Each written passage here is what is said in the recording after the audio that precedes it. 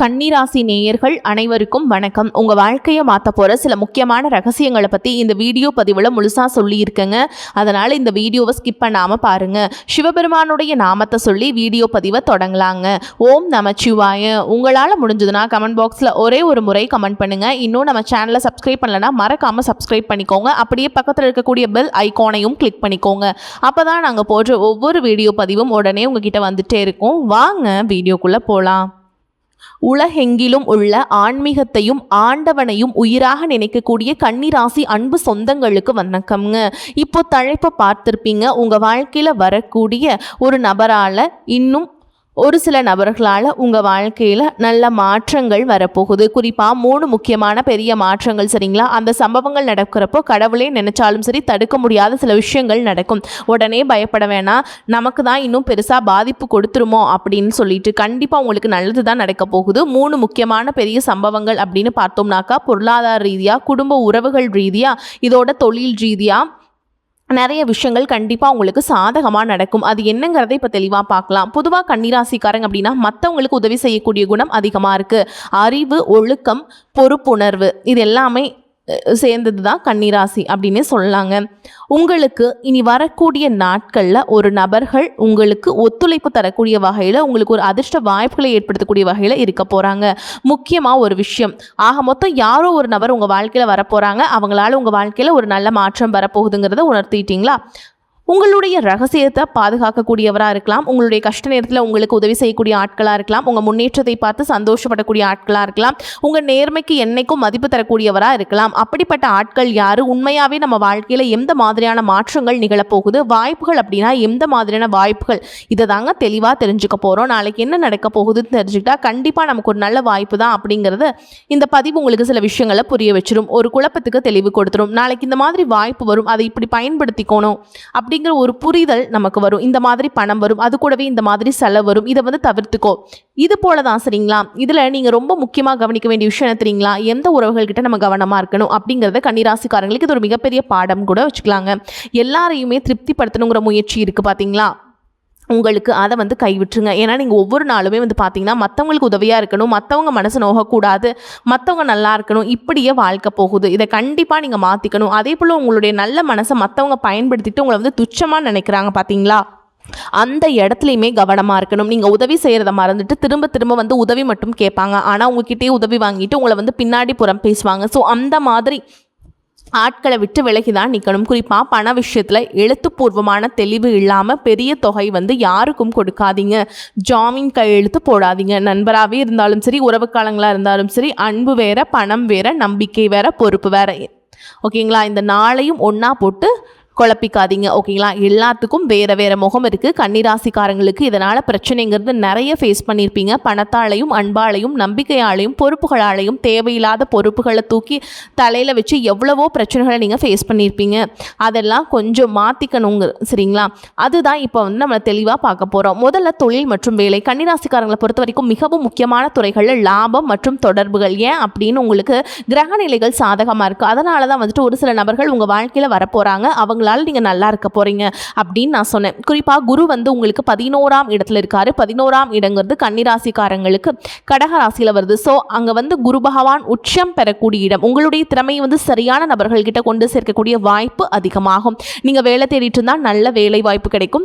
கிடைக்காம போன வாய்ப்புகள் எல்லாம் இப்போ உங்களுக்கு வீடு தேடி வரும். புதிய தொடர்புகள் உருவாகும். மூத்தவர்கள் அவங்க ஒரு ஆலோசனை சொல்வாங்க. அவங்களுடைய உதவியாக இருக்கட்டும், அவங்களுடைய ஒரு வாய்ப்பு, ஒரு சான்ஸாக கூட இருக்கலாம். அது உங்களுக்கு பெரிய மாற்றத்தை கொடுக்கும். அது எப்படி வேலையை மாற்றணும் அப்படின்னு நினைக்கிறீங்க அப்படின்னாக்கா அவசரமாக முடிவெடுக்காதீங்க. ஒரு வேலையை பார்த்துக்கோங்க. சம்பளம், பணிச்சூழல், பொறுப்பு இதெல்லாம் நல்லா ஆராய்ச்சி பண்ணிவிட்டு அதுக்கப்புறமா அந்த வேலையில் ஜாயின் பண்ணிட்டு இருக்கக்கூடிய வேலையை விடணும். கன்னிராசிக்காரங்களுக்கு இந்த காலகட்டத்தில் யாரை சந்திக்கிறோம், என்ன வேலை செய்கிறோம் எல்லாமே முக்கியத்துவம் நீங்கள் கொடுக்கணும் எல்லாத்துக்குமே. அதே போல் தொழில் செய்கிறீங்க அப்படின்னா சொந்த தொழில் செய்யக்கூடிய கன்னிராசிக்காரங்க பழைய வாடிக்கையாளர்கள் மீண்டும் தொடர்பு கொள்ள போகிறீங்க. புதிய வாடிக்கையாளர்கள் வர்றதுக்கான வாய்ப்பு இருக்குது. ஆனால் சனி 7ஆம் இடத்துல இருக்காருங்க. இதனால் கூட்டு தொழில் செய்கிறவங்களாம் ரொம்பவே கவனமாக இருக்கணும். யாரையுமே நம்பக்கூடாது. திரும்ப திரும்ப சொல்கிறேன், கன்னிராசி பல பேரை நம்பி குறிப்பாக கூட்டாளிங்க நண்பர்களால் அதிகப்படியான ஆபத்தை சந்திச்சவங்களும் கன்னிராசிக்காரங்களாக தான் இருக்கீங்க.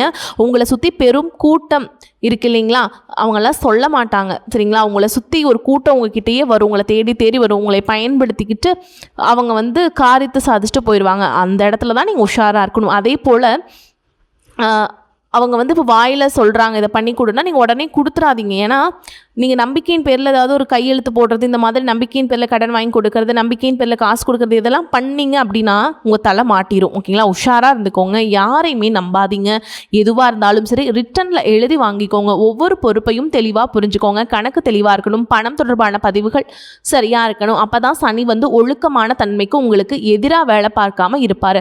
அவரை பொறுத்த வரைக்கும் உஷாராக இருந்தால் மட்டும்தான் உனக்கு உதவி செய்வார். சனி இல்லைனா மண்டையில் கொட்டிடுவார் சரிங்களா. அவரை பொறுத்த வரைக்கும் கணக்கு வழக்கில் முக்கியம். நீங்கள் தியாக உணர்வோடு இருக்குன்னு சொல்லிட்டீங்கன்னு வச்சுக்கோங்களேன், சனி பகவான் நீங்கள் அதை பொறுத்த வரைக்கும் எல்லா விஷயத்துலையுமே ஒரு கணக்கு இருக்கணும், தெளிவாக இருக்கணும். உண்மையாக உழைக்கிறானா இல்லை எல்லா விஷயத்தையும் ஒழுக்கமாக இருக்கிறானான்னு செக் பண்ணுவாருங்க சனி பகவான் சரிங்களா.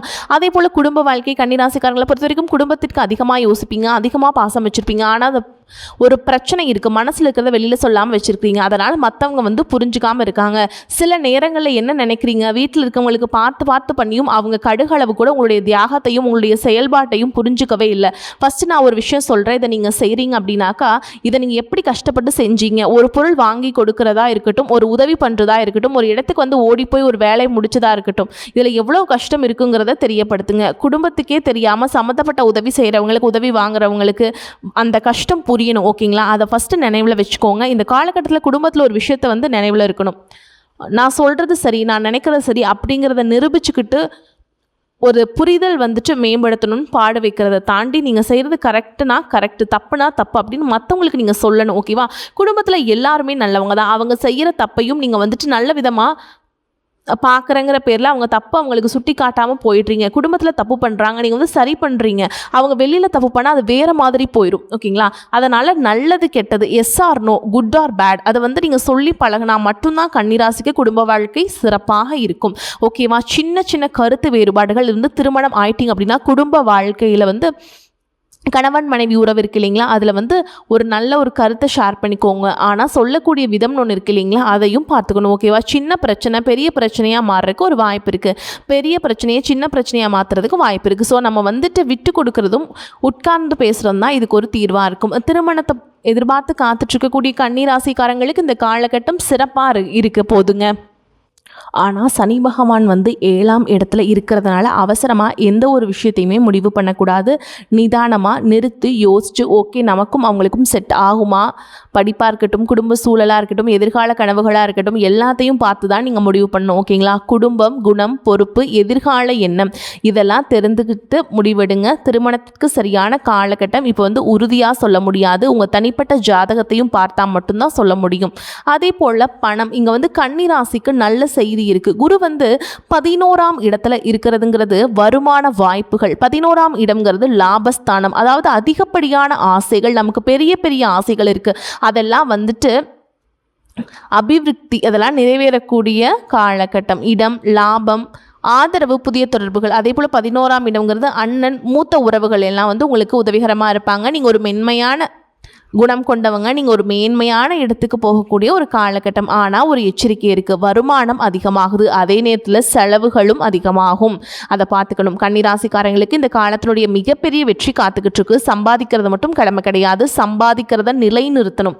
அதனால் சேமிப்பில் கவனம் செலுத்துங்க. அதே போல் படிக்கக்கூடிய மாணவர்களுக்கு, கன்னிராசி மாணவர்களாக இருக்கீங்க அப்படின்னாக்கா இயல்பாகவே உங்களுக்கு பகுத்தறிவு திறன் அதிகம். ஓகேங்களா, புத்தி ரொம்ப அதிகம். ஆனால் அதிகமாக யோசிக்காதீங்க. சில நேரங்களில் படிப்பு தாமதப்படுத்திடும். இன்னும் நல்லா படிக்கணும், இதை மட்டும் நினச்சிக்கிட்டு நீங்கள் படிச்சுட்டே இருங்க, கரெக்டாக படித்து முடிக்கணும் அப்படிங்கிற மாதிரி நினச்சிக்கோங்க. சின்னதாக இருந்தாலும் சரி தினமும் படிங்க. உங்களுக்கு புத்திசாலி தான் நீங்கள், ஆனால் அனுதினமும் படித்தா மட்டும்தான் அதிகப்படியான மதிப்பெண்களை பெற முடியும், மேன்மை அடைய முடியும். படிக்கக்கூடிய மாணவர்கள் புத்தி இருக்குது, நம்ம எப்போ வேணால் பயன்படுத்தலாம்னு சொல்லிட்டு நேரம் காலத்தை தாமதப்படுத்திட்டீங்க அப்படின்னா சனி பகவானுக்கு பிடிக்காதுங்க. குறிப்பாக போட்டித் தேர்வு, உயர்கல்வி, புதிய திறன் கற்றுக்கிறது, திட்டம் போடுறது, இதெல்லாம் உங்களுக்கு நல்ல பலன்களை கொடுக்கும். பெரியவங்களுக்கு, கன்னிராசியை சேர்ந்தவங்க பெற்றோர்களாக இருக்கீங்க, இல்லை வீட்டில் பெரியவங்களாக இருக்கீங்க அப்படின்னா உங்களுக்கான பதிவு இது எல்லாத்தையும் தூக்கி தலையில் போட்டுக்காதீங்க. எல்லாருக்கும் பொறுப்புகளை பிரித்து கொடுங்க. உங்களுக்கு தேவையான ஓய்வு, தூக்கம், வழக்கமான மருத்துவ ஆலோசனை இதெல்லாம் வந்து அலட்சியப்படுத்தாமல் இதில் வந்துட்டு கண்டிப்பாக நீங்கள் கடைபிடிக்கணும். ஆன்மீக பயணம் போகிறது, கோயில் பயணம் போகிறது, தியானம் பண்ணுறது இதெல்லாம் வந்து மனசுக்கு அமைதியை தரும், உங்கள் வாழ்க்கையை மேம்படுத்தும். இது வந்து உதவிகரமாக இருக்கும். எல்லா பொறுப்புகளையும் தவிர்த்துட்டு இனி போதும் அப்படிங்கிற ஒரு மனநிலைக்கு வந்தால் மட்டும்தான் நல்லா இருக்க முடியும்.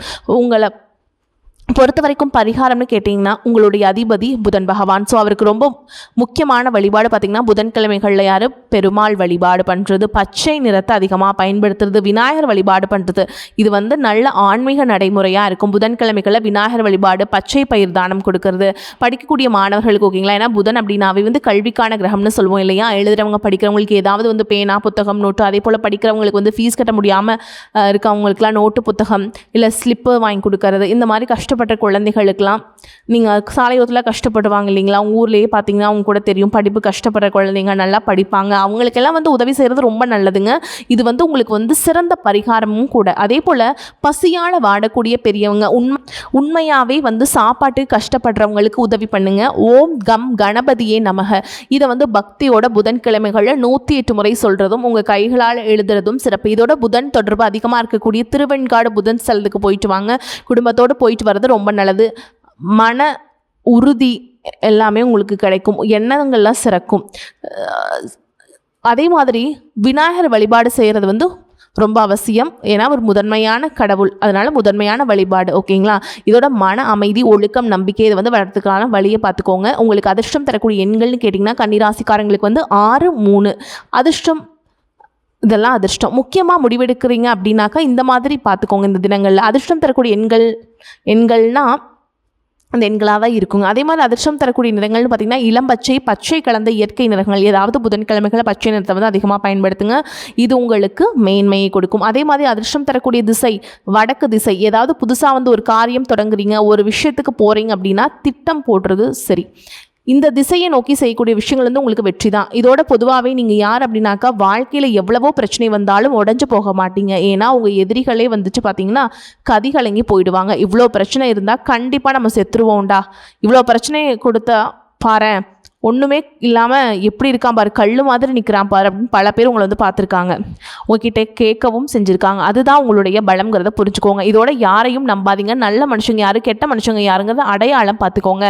பணம் வருது அப்படின்னாக்கா சேமிக்க பாருங்கள். வாய்ப்பு வந்துச்சு அப்படின்னா அதை வந்து ஆராய்ந்து பயன்படுத்துங்க. உறவுகள் வந்தால் உண்மையானு பாருங்கள். பிரச்சனை வந்தால் பயப்படாமல் தீர்வை தேடுங்க. கன்னிராசிக்கு இப்போ திறந்திருக்கக்கூடிய கடை வந்து ஒரு மேன்மை தரக்கூடிய அதிர்ஷ்ட கதமாக தான் இருக்க போகுது சரிங்களா. இந்த காலத்தை மட்டும் பயப்படாமல் பயன்படுத்துங்க. தெளிவோடு பாருங்கள், நம்பிக்கையோடு செயல்படுங்க. விநாயகர் பெருமான மனசில் நிறுத்துங்க. கன்னிராசிக்காரங்களுக்கு வரக்கூடிய நல்ல மாற்றங்கள் உங்களுடைய உழைப்போடு இணைஞ்சு ஒரு மேன்மை தரக்கூடிய அமைப்பு தான். பொதுவாக கன்னிராசிக்காரங்களுக்கு இன்னொரு தனித்துவம் இருக்குது. யாரையும் அவ்வளோ ஈஸியாக நம்ப மாட்டீங்க. உங்களுடைய நேரத்தையும் உழைப்பையும் மற்றவங்களுக்காக விட்டு கொடுக்கவும் தயங்க மாட்டீங்க. விட்டு கொடுக்கறதுக்கு அவங்க தகுதி என்னன்னு பார்ப்பீங்க. வெளியில் பார்த்தா அமைதியாக இருப்பீங்க, ஆனால் உங்களுக்குள்ளே வந்துட்டு 1000 முறை ஒரு விஷயத்தை வந்து அலசி ஆராயக்கூடிய ஆள் நீங்கள். ஒருத்தர் வந்து உங்ககிட்ட ஒரு வார்த்தை சொல்கிறாங்க அப்படின்னாக்கா அவர் ஏன் அப்படி சொன்னார், இதுக்கு பின்னால் என்ன காரணம் இருக்குது, நம்மக்கிட்ட உண்மையாக தான் அவர் பேசுகிறாரா, இப்படி யோசிக்கிறதுல கன்னிராசிக்காரங்க புத்திசாலிங்க.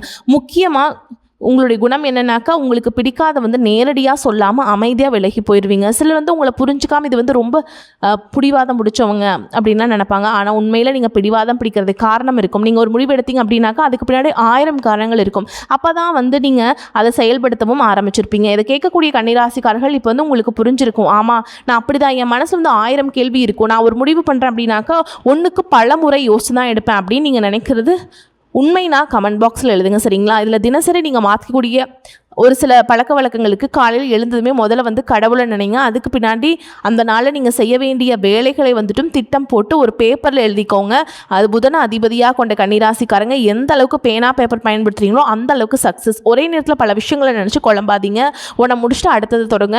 இதுதான் கன்னிராசிக்காரங்க நீங்கள் மாற்றிக்க வேண்டிய நடைமுறை. அதே போல் புதன் பொறுத்த வரைக்கும் வடக்கு திசைக்கு தொடர்பு கொண்டவர். அதனால் படிக்கிறதா இருக்கட்டும், கணக்கு வேலை திட்டம் எல்லாத்தையும் வந்து வடகிழக்கு நோக்கி அமர்ந்து செஞ்சீங்க அப்படின்னாக்கா வெற்றி நிச்சயம். இதோட அடுத்த சில மாதங்களுக்கு குரு தரக்கூடிய வாய்ப்புகள் அப்படிங்கிறது ரொம்ப சிறப்பாக இருக்குது. குரு பார்க்க கோடி நன்மைன்னு சொல்லுவாங்க. ஸோ குரு தரக்கூடிய அமைப்புங்கிறது உங்களுக்கு ரொம்ப நல்லா இருக்குது. கன்னிராசிக்காரங்க ஒரு விஷயத்தை மட்டும் புரிஞ்சுக்கோங்க, நீங்கள் எல்லாரையும் திருத்தணும்னு நினைக்கிறது அவசியம் இல்லாத ஒரு வேலை. எல்லாருடைய பிரச்சனையுமே அவங்க பார்த்துப்பாங்க. எல்லாருடைய மனசையும் நீங்கள் புரிஞ்சுக்கணுங்கிறது அவசியம் கிடையாது. திரும்பவும் சொல்கிறேன், நீங்கள் பிறந்து வந்தது உங்களுடைய பிரச்சனையை ஃபேஸ் பண்ணுறதுக்கு மட்டும்தான். ஓகேங்களா? நீங்கள் அடுத்தவங்களுடைய பிரச்சனையெல்லாம் சால்வ் பண்ணோம் அப்படிங்கிற அவசியம் கிடையாது. உங்களுக்கு கிடைச்ச வாய்ப்புகளை நீங்கள் பயன்படுத்திக்கிட்டு நீங்கள் முன்னேற்ற பாதையிலே போயிட்டு இருங்க. சின்ன சின்ன வாய்ப்புகள் உங்களுக்கு கட்டாயமாக இந்த காலகட்டத்தில் வந்து சேரும்.